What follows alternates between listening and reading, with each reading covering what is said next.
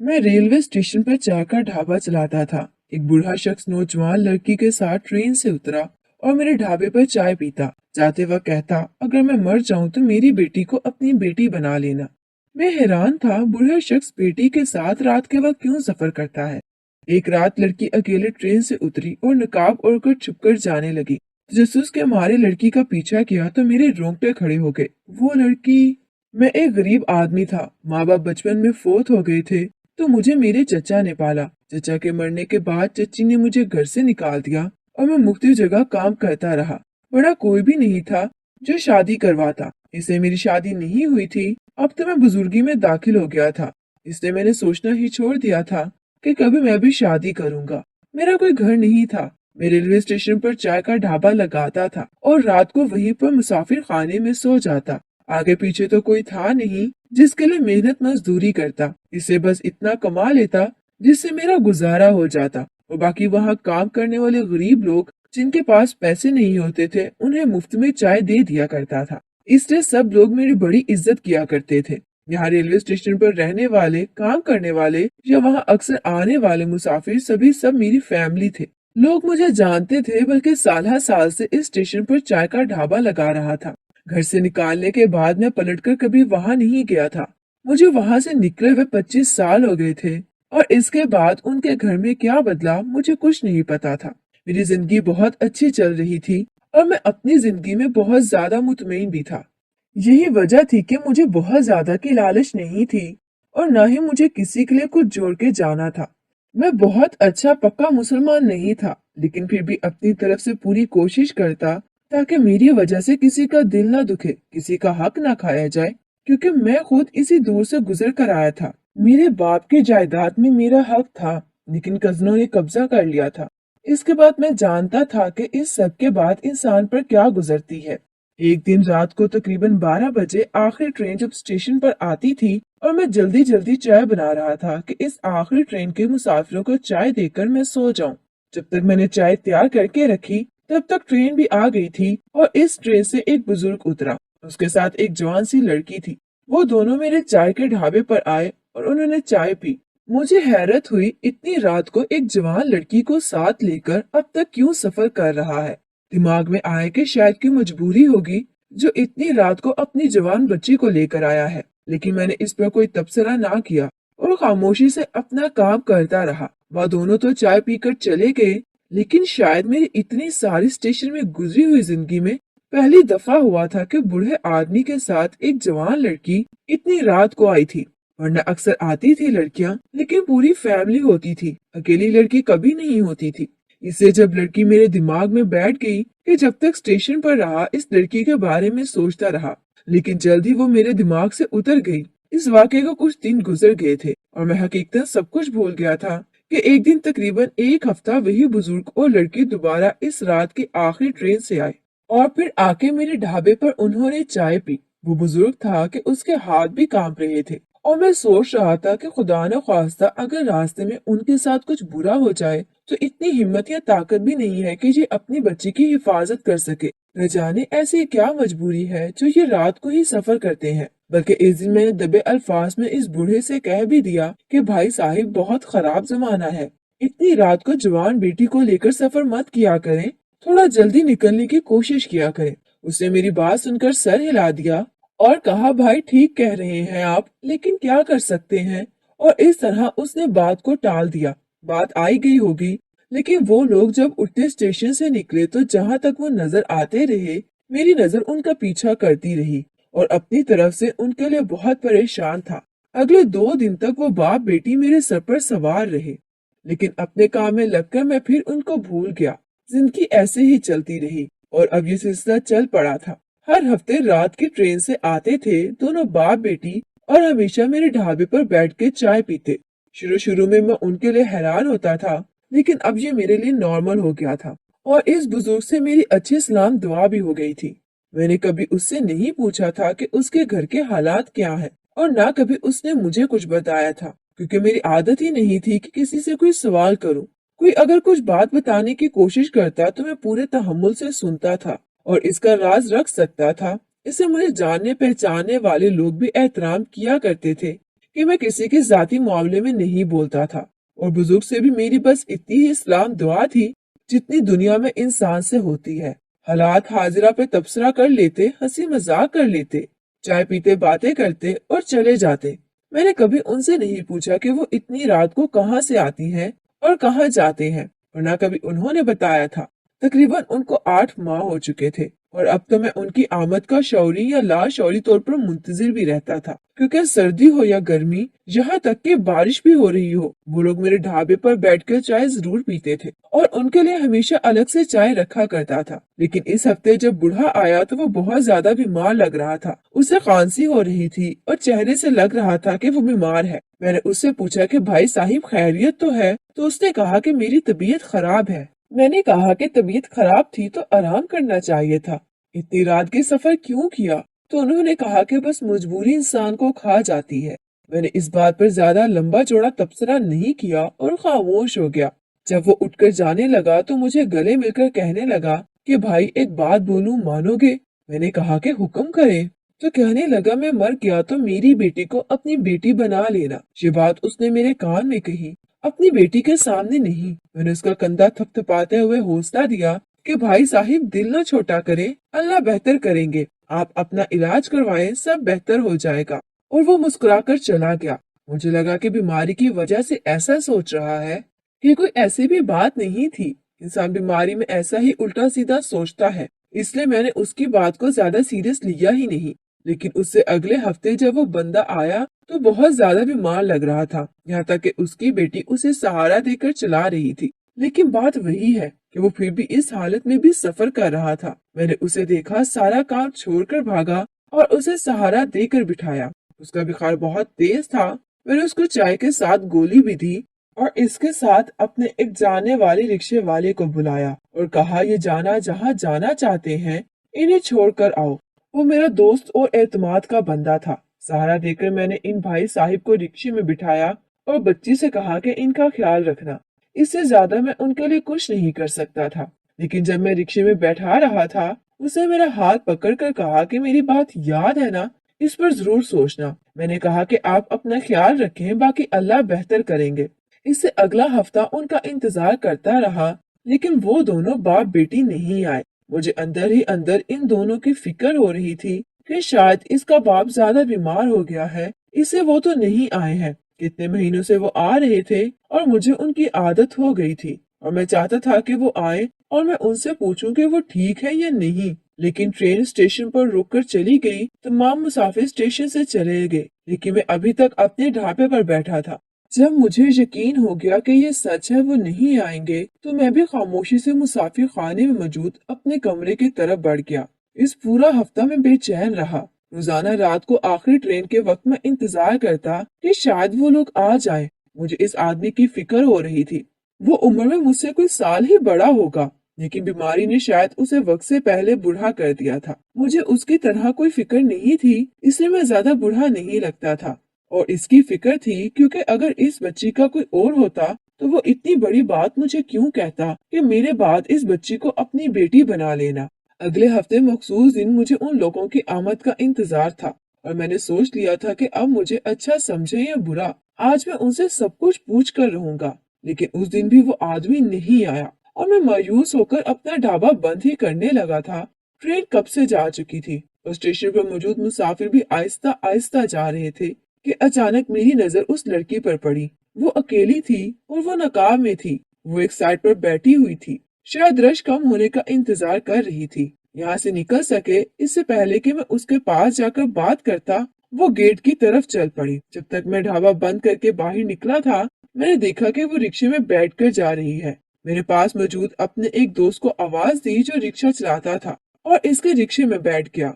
मैंने उससे कहा कि जो सामने रिक्शा जा रहा है इसका पीछा करो। मेरे दिमाग में एक ही बात थी, जिसका बाप उसकी जिम्मेदारी मुझे देकर गया था, आज वो उसके साथ नहीं है, तो मुझे देखना चाहिए कि वो कहाँ जा रही है, और जहाँ भी जा रही है खैर खैरियत से पहुँच रही है कि नहीं।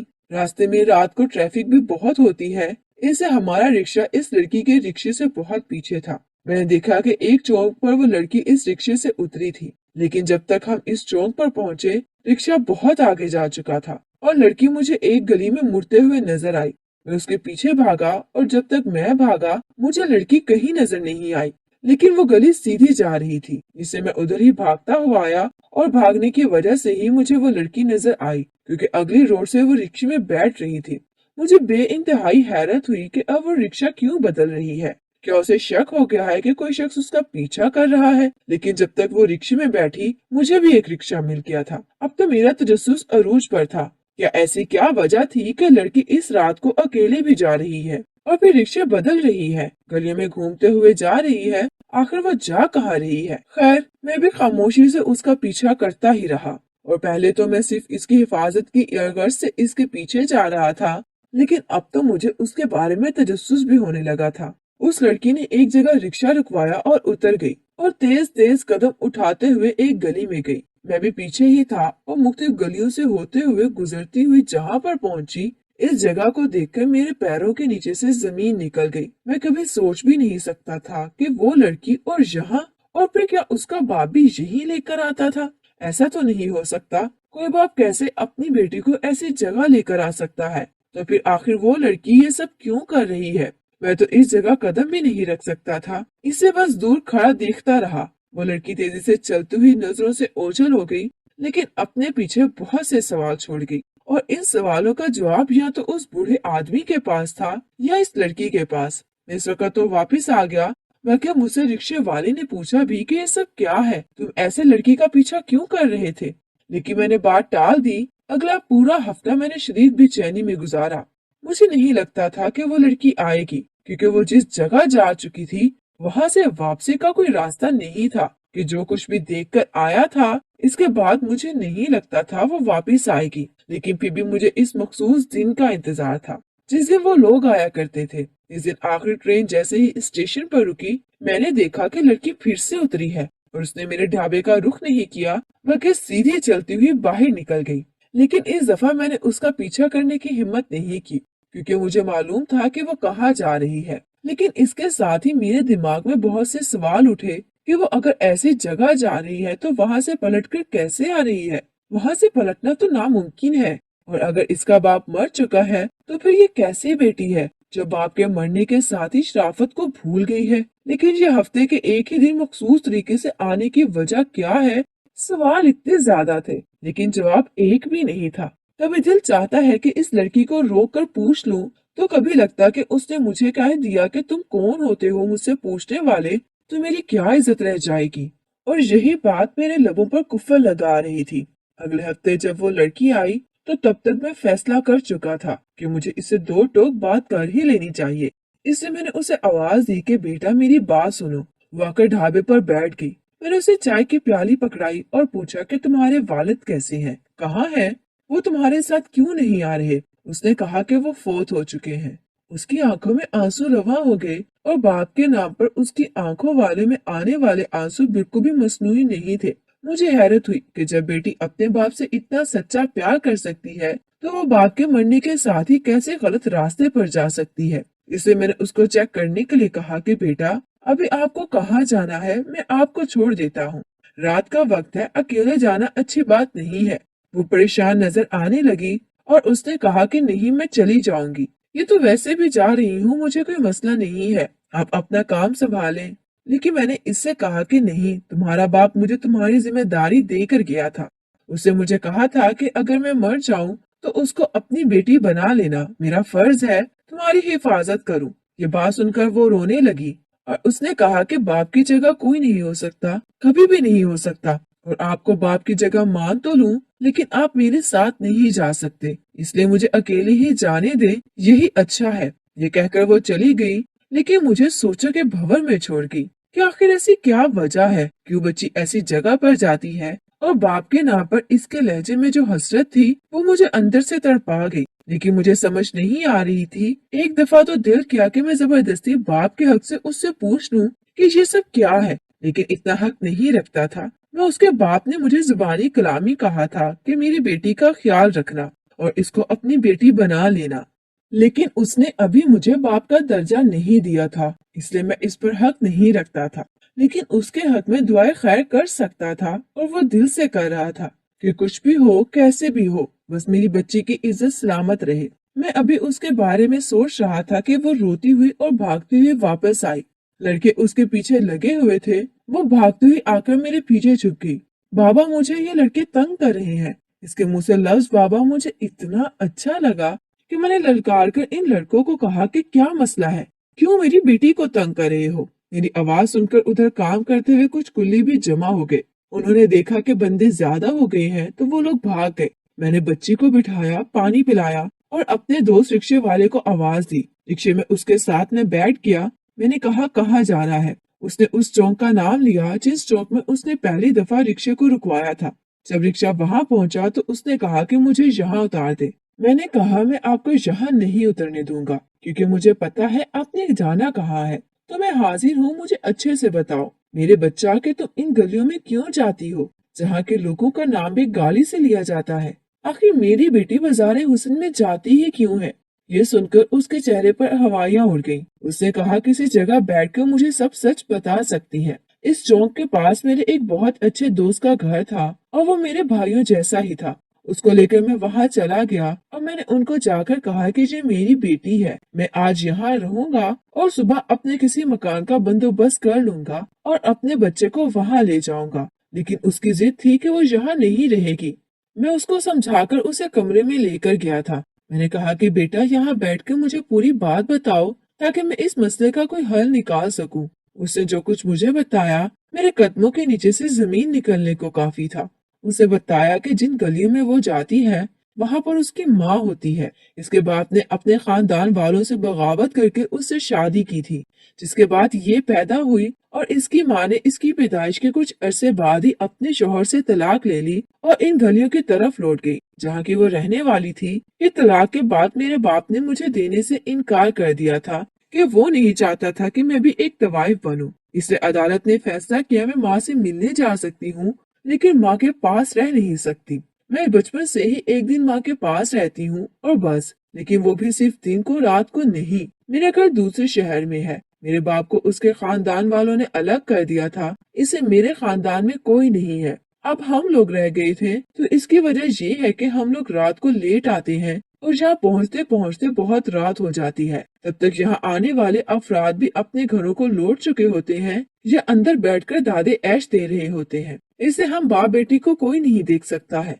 दिन को माँ के पास रहती हूँ और मेरा बाप मेरे साथ वहाँ मेरी निगरानी करता था। और अब ये सिलसिला कुछ अरसे से शुरू हुआ था क्योंकि पहले हम लोग एक दिन शाम को आ जाते थे, हर दूसरे दिन शाम को वापस जाते थे। एक रात और एक दिन माँ के पास रहती थी। लेकिन जब से मैं जवान हुई हूँ इन इलाकों में जाने की वजह से लोग मुझ पर भी फिक्रे कसना शुरू हो गए थे और मुझे भी तवाइफी समझने लगे थे। इससे इसका हल मेरे बाप ने ये निकाला कि हम रात को आते हैं जब कोई ना देखे और वापसी हमारी मगरिब के बाद होती है, तब गलियों में कोई नहीं होता और हम वहाँ से निकल आते हैं और अपने शहर वापस चले जाते हैं। पहले तो 2 हफ्ते बाप की मौत की वजह से नहीं आ सकी थी, लेकिन अब आई हूँ। लेकिन बाप के साथ ना होने की वजह से मुझे महसूस हो रहा था कि मैं गैर महफूज हूँ। हालांकि मेरी माँ ने मुझे कुछ नहीं कहा, ना ही किसी और ने कुछ कहा है, लेकिन मुझे लगता है कि किसी वक्त भी मेरी माँ मुझे पकड़कर कोठे पर बिठा देगी क्योंकि उसे पता है कि मेरे पीछे कोई नहीं रहा। बस इतनी सी है मेरी कहानी। मैंने कहा कि बेटा, शायद इसीलिए तुम्हारा बाप मुझे कह रहा था कि मेरी बेटी अपनी बेटी बना लो। अब उसका एक ही हल है कि मैं तुम्हें बकायदा कानूनी तरीके से अडॉप्ट करूं और जब मैं अडॉप्ट कर लूंगा तो फिर वो जो कानून का एक तरीका है कि तुम्हें माँ के पास जाना है, एक दिन वो सब भी खत्म हो जाएगा क्योंकि तुम अपने हकीकी बाप के पास तो होगी नहीं। इस तरह तुम बदल जाओगी। बच्ची को भी मेरी ये बात बहुत अच्छी लगी। वो खुद भी कोई छोटी बच्ची नहीं थी, तकरीबन 21 साल की थी। दूसरे दिन सुबह होते ही मैं उसे साथ लेकर अदालत में गया और कानूनी कार्रवाई करके मैंने उसको अडॉप्ट कर लिया और उसकी वल्दियत में अपना नाम लिखवा दिया। वहाँ से वापसी पर स्टेशन के पास ही एक छोटा सा कमरा ले लिया और वहाँ अपनी बेटी को छोड़ा। लेकिन वो चाहती थी कि वो दूसरे शहर जाकर अपना सामान वगैरह लेकर आए। इससे मैंने ढाबा बंद किया और अपनी बेटी को साथ लेकर दूसरे शहर गया।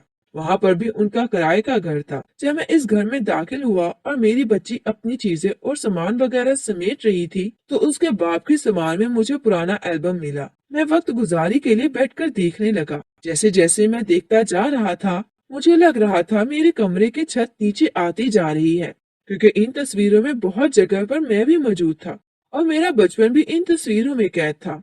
उससे मुझे पता चला कि वो और कोई नहीं, मेरा चचा जाद था, और शायद मुझे पहचान लिया था। इससे उसने अपनी बेटी की जिम्मेदारी मुझे दी थी, लेकिन मैं इतने साल गुजरने के बाद मैं उसे बिल्कुल ना पहचान सका। वो वैसे भी बीमारी की वजह से बूढ़ा हो चुका था। उसकी अलमारी से रिपोर्टें भी मिली, जिससे मुझे पता चला कि ब्लड कैंसर जैसी खतरनाक बीमारी से लड़ रहा था। और उसे पता था कि उसके पास वक्त बहुत कम है, इसलिए वो मरने से पहले अपनी बेटी की जिम्मेदारी मुझे सौंप कर गया था। मैंने दिल में तहैया कर लिया था कि जिम्मेदारी मरते दम तक पूरी करूंगा, और बच्चे के साथ इस घर का सारा सामान और अपने चचा जाद भाई की यादें लेकर वापस अपने शहर आ गया। और मैं, जिसने कभी नहीं सोचा था कि मेरा भी कोई खानदान हो सकता है, आज वो भी एक बेटी वाला था। एक बेटी की जिम्मेदारी, उसकी पढ़ाई, उसकी शादी करना, ये सारी मेरी जिम्मेदारी थी। और मैं खुदा का शुक्र अदा कर रहा था कि खुदा ने मुझे इस काबिल किया है कि मैं एक बेटी की जिम्मेदारी उठा सकूं।